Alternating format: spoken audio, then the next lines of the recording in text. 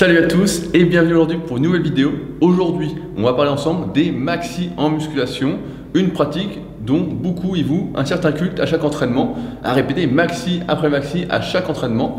Et donc on va voir ensemble les avantages et les inconvénients de faire des maxi, et surtout à quoi ça sert ou pas, c'est bien le terme, et surtout si vous devez en faire ou non. Donc déjà un maxi, c'est quoi ? Un maxi, tout simplement, c'est faire une répétition avec la charge maximale qu'on peut soulever. Donc ça se traduit aussi des fois par 1 RM, c'est-à-dire qu'on va forcer, par exemple, si vous faites une répétition à 100 kg développé couché, eh bien c'est votre 1 RM. Il existe en plus des tables pour déterminer votre maxi à partir des séries que vous faites, qu'on peut retrouver par exemple sur Superphysique. Ouais. On a fait plusieurs choses.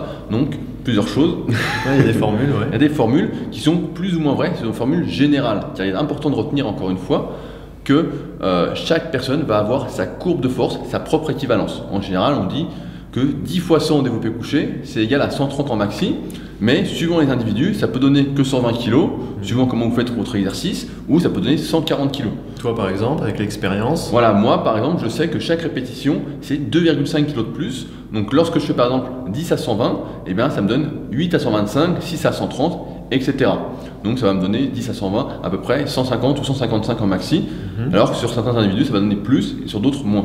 Donc c'est encore une fois bien individuel et c'est important de le retenir. On précise aussi qu'on parle de maxi sur les exos polyarticulaires, on parle pas d'un maxi sur un curl incliné ou élévation latérale. La dernière fois, je t'ai vu faire un maxi sur le curl concentré. C'est faux. Je l'ai vu faire. Putain, mais quel baratineur. Curl concentré en plus. J'ai vu faire du curl concentré un maxi en plus. Bien sûr. En t'aidant avec l'autre bras. Curl concentré, t'as vu mes bras? Tu rigoles? Si. Je fais pas de curl concentré.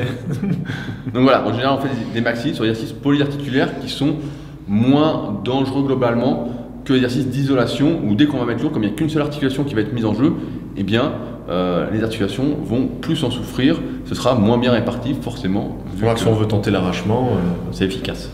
Voilà, c'est très efficace. Alors les avantages et inconvénients de faire des maxi, donc pour les avantages ça va aller vite, il n'y en a pas. Bah, effectivement, il n'y a aucun avantage à faire des maxi à chaque séance, même, et après tout dépend de votre optique. En fait, si vous entraînez dans une optique de prise de muscle, de prise de force, il n'y a aucun intérêt à faire des maxi régulièrement parce que c'est pas comme ça qu'on base son entraînement. On base son entraînement sur des cycles de progression, comme je vous le rappelle presque à chaque vidéo d'entraînement, sur le fait par rapport à un objectif qui est déterminé non pas en pourcentage mais en kilos.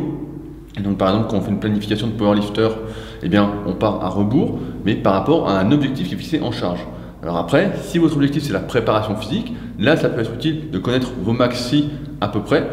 En général, dans la plupart des sports, on fait un 3RM ou un 5RM, voilà, qui permettent de déterminer, suivant les tables, en fonction des individus, parce que en général, ils se connaissent assez bien, quel est le maxi et comment prendre les bons pourcentages, par exemple, pour travailler la vitesse ou l'explosivité lors de différents cycles, pour développer les différentes qualités physiques. Et de toute façon, ils font pas ça toutes les semaines. Voilà, ils font pas ça toutes les semaines. Donc, celui qui fait des maxi à chaque séance, il n'a rien compris. Voilà, il n'a rien compris. Et pourquoi il n'a rien compris? Arnaud, tu vois, faire des maxi au curl concentré, c'est pas bon pour toi. Non mais... C'est pas bon du tout. Je vais t'expliquer pourquoi. C'est très simple. Quand tu fais un maxi... quand tu fais un maxi, tu vois, chaque semaine au curl concentré... C'est faux. Quand vous faites un maxi chaque semaine, ce qui se passe, c'est que vous taxez, entre guillemets, fortement votre système nerveux et votre articulation. Pendant longtemps, sur les forums Superphysique, on s'est demandé quel était... Il n'est pas content de son curl concentré. Sur les formes Superphysique, on s'est longtemps demandé qu'est-ce qui était le plus dangereux pour les articulations, à savoir un fort tonnage, donc beaucoup de répétitions avec peu de poids, ou à l'inverse, la charge en elle-même, c'est-à-dire peu de répétitions avec une charge lourde. Et on s'est aperçu au fil du temps que c'était la charge, plus la charge était lourde et plus cela était néfaste pour les articulations, les tendons, les muscles, plus cela était dangereux. De même que pour le système nerveux, on s'est aperçu, et ça je vous donne d'autres exemples juste après, que faire un maxi taxait énormément nerveusement, et lorsque l'on est naturel et qu'on fait un maxi à chaque séance, peut-être que ça va monter pendant une petite période, mais ce qui va se passer, c'est qu'au bout d'un moment, vous allez régresser de séance en séance. Par exemple, vous faites 150 au coucher maintenant, et petit à petit, vous allez faire 145, 140, parce que vous n'allez pas récupérer. C'est très simple, quand on fait, donc je vais prendre un exemple, le powerlifting, la force athlétique, où on fait des maxi en compétition, et bien ces personnes-là, je m'y connais un peu vu que j'en entraîne pas mal actuellement, et bien c'est assez simple, ils ne font aucun maxi à l'entraînement, rien du tout, et quand ils préparent en plus une compétition, c'est-à-dire qu'avant ils ont fait dans la préparation des doublés, des triplés, etc., et bien ils font des semaines de récupération, ce qu'on appelle de déload, pour justement arriver en forme à la compétition, et faire le meilleur maxi possible. Voilà, parce qu'on pense qu'un powerlifter, comme son but à terme, c'est de faire un maxi en compète, donc on pense qu'il fait des maxis dans l'année. Voilà, en fait, il en fait jamais, sauf en compétition.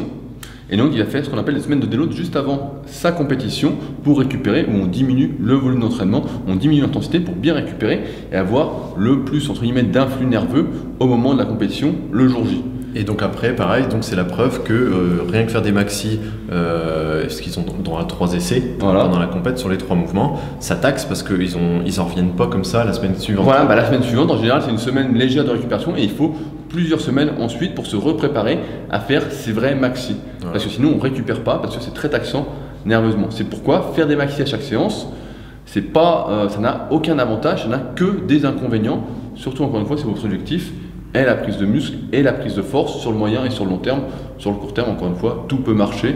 Vu que c'est qu'une question de chance, c'est assez facile. On peut nuancer, il y a quand même un objectif pour lequel c'est utile, c'est si on veut se blesser. Parce que là, tu as parlé du nerveux, mais musculairement, c'est traumatisant et c'est risqué. Voilà, de toute façon, c'est quelque chose qui n'est ni bon pour les articulations, les muscles, les tendons, ni bon pour le système nerveux, qui n'est bon pour rien. Et c'est pourquoi, encore une fois, même en préparation physique, ils extrapolent le maxi par rapport à leurs 3 ou 5 RM. Et aussi parce que le mouvement va se dégrader quand on tente un maxi. C'est vrai que plus vous allez forcer et plus votre mouvement va se dégrader. Forcément, si vous faites vos séries en vous arrêtant avant de forcer complètement, eh bien, vous ne faites jamais un mouvement qui est dégueulasse, un truc horrible. Propre, ouais. Mais si vous faites un maxi et que vous voulez faire vraiment plus, par exemple, vous faites développé couché, vous voulez faire 155 à grosse massif c'est 150, eh bien, vous allez vous tortiller sur le banc, vous allez lever les fesses, vous allez monter de travers, etc. Et tout cela, c'est dangereux. Déjà qu'il est compliqué d'avoir une technique d'exécution qui est correcte, je ne dis pas parfaite parce qu'on n'arrive jamais à avoir un mouvement vraiment parfait, même si on essaye de faire ça, eh bien, quand on fait un maxi, eh bien, notre mouvement est dégradé, il n'est plus bon, et donc c'est en ce sens en plus que ça rajoute du risque. Voilà. Donc Rudy, une question qui revient régulièrement sur les forums que nous fréquentons, souvent les gens te demandent: est-ce que tu as amélioré tes maxi? Combien tu pousses en ce moment? Comment tu tires au terre? Combien tu pousses au coucher? Et à chaque fois tu leur réponds: j'en ai pas fait depuis des années, et ils ont du mal à te croire. Moi je connais ton maxi au curl concentré, si ça vous intéresse. Je t'ai vu faire des extensions nuque avec un haltère de 30. J'ai démonté à 35 en étant super dégueulasse. Ouais, super dégueulasse. Je vais avoir une vidéo cachée. Que je vais ressortir, je la mettrai en lien sous l'article. Tu la trouveras jamais, parce qu'elle n'est pas sur le net, mais...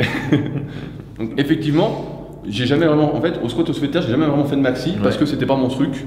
Je savais tout de suite que c'était vraiment risqué. J'ai vu plein de personnes au fil des années sur les forums avoir des hernies discales, se bloquer le dos, etc.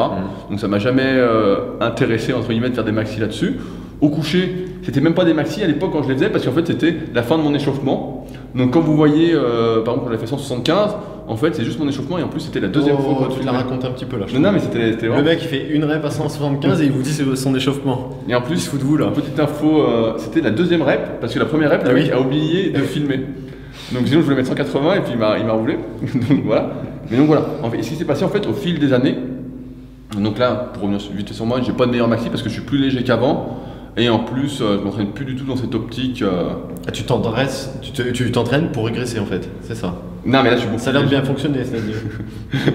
T'es moins imposant qu'avant, ouais. Le roi du curl concentré est parmi nous. Bien sûr. Mais c'est vrai qu'avant, comme j'étais aussi beaucoup plus gros, de 10 kg de plus, et forcément j'avais une meilleure perte. Dégueulasse. Et là aujourd'hui, rapport poids-puissance, forcément je suis un peu meilleur vu que je progresse petit à petit. Là t'as moins de joues. Mais sur quoi je vais en venir en fait, c'est sur l'ego. Je pense que l'ego, donc faire des maxis, ça fait partie de notre ego, de ce qui nous pousse à vouloir faire beaucoup mieux, à prendre des risques qui ne sont pas à prendre. Mais oui, mais regarde, quand deux fonteux parlent à la salle, ils se rencontrent, le gars en premier il va te dire combien tu prends au coucher. Il va jamais te dire combien tu prends au coucher pour faire 10 reps. Oui, mais ça c'est l'erreur de base que j'avais expliqué dans la série Les secrets de la musculation, disponible sur mon YouTube pour ceux que ça intéresse, c'est de se comparer aux autres. Ce qui est important en musculation, déjà c'est de laisser son ego au placard quand on va à la salle. L'important c'est de faire votre séance, de faire ce que vous avez prévu, ce que vous avez programmé, de suivre votre plan. Il n'y a pas de place à l'improvisation, il n'y a pas de place, tiens je me sens en super forme, je suis un maxi aujourd'hui. Ça va marcher peut-être une fois, deux fois, trois fois. Faut pas compter sur la chance. Voilà, ça va pas marcher sur le moyen et le long terme. Et donc, vous allez à la salle, vous suivez votre séance. Il n'y a pas de place à l'ego. Votre ego, il va toujours vous pousser à faire n'importe quoi. Vous allez toujours avoir plus d'ego, vous allez réussir, vous allez réussir, vous allez réussir. Et à un moment, ça va être claque, ça va être fini. Finir en morceaux. Ouais. Et donc, petit à petit, on prend conscience de ça, qu'on s'entraîne pour soi, pour devenir un meilleur soi, et non pas pour se comparer aux autres. De toute façon, il y aura toujours quelqu'un de meilleur que vous. Il y aura toujours, même si vous êtes champion du monde, demain, il y aura un mec qui va arriver, qui va vous battre. Il y aura toujours moins bon aussi. Mais donc, le but, encore une fois, et ce que j'essaye de vous transmettre, de vous inculquer, c'est de ne vous comparer qu'à vous-même, à votre progression. Et comme ça, il n'y a plus en plus de jalousie, parce que l'ego, en plus, les mecs sont pas contents parce que un tel il pousse plus que toi, toi tu fais un peu moins, t'es pas content, etc. Il n'y a pas de jalousie à avoir. Chacun est unique, encore une fois, et c'est votre progression, vous-même, surtout sur l'entraînement, qui importe. Donc, suivez votre plan et arrêtez de vous laisser embarquer par votre ego, qui ne va vous causer que du tort à terme. Mais de toute façon, tout ça, vous allez l'apprendre petit à petit. Grâce à cette vidéo, j'espère, et pas grâce à vos erreurs que vous allez faire. Pas grâce aux blessures, surtout. C'est ça. Voilà, donc j'espère vous avoir bien éclairé sur les maxi en musculation et vous avoir bien découragé d'en faire pour mieux progresser et mieux vous entraîner en musculation. Si jamais il vous reste des questions, n'hésitez pas à les poser sous la vidéo et à lire l'article écrit. Il y a encore plus de détails juste dans la description de cette vidéo. Et enfin, eh bien, on se retrouve comme d'habitude pour de nouvelles vidéos bientôt et sur mon site rudykoya.com. À bientôt. Salut à tous.